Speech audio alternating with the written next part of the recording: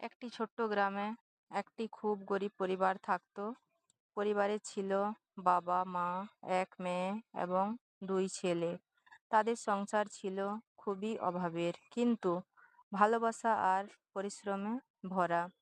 বাবা কাঠের কাজ করতেন, সারাদিন কষ্ট করে কাঠ কেটে দরজা জানলা বানিয়ে তিনি সংসার চালাতেন। সেই কষ্টের টাকাতেই তিনি ধীরে ধীরে ছেলে মেয়েদের বড় করে তুললেন। সময়ের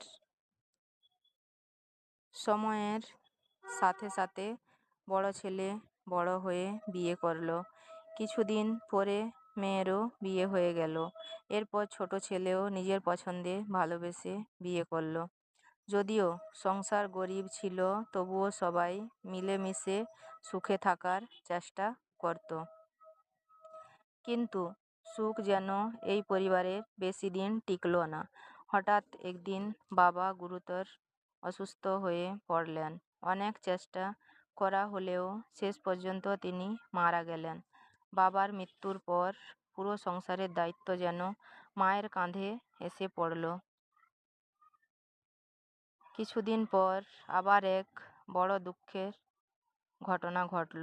বড় ছেলে একদিন দুর্ঘটনায় মারা গেল। সে তার স্ত্রীকে নিয়ে আলাদা থাকতো, তাই সে সংসারও ভেঙে পড়ল। একদিকে ছোট ছেলে ভালোবেসে বিয়ে করে সংসার শুরু করেছিল। তাদের 3টি সন্তান হয়, 2টো ছেলে এবং একটি মেয়ে। কিন্তু দুর্ভাগ্য এখানেই শেষ হয়নি।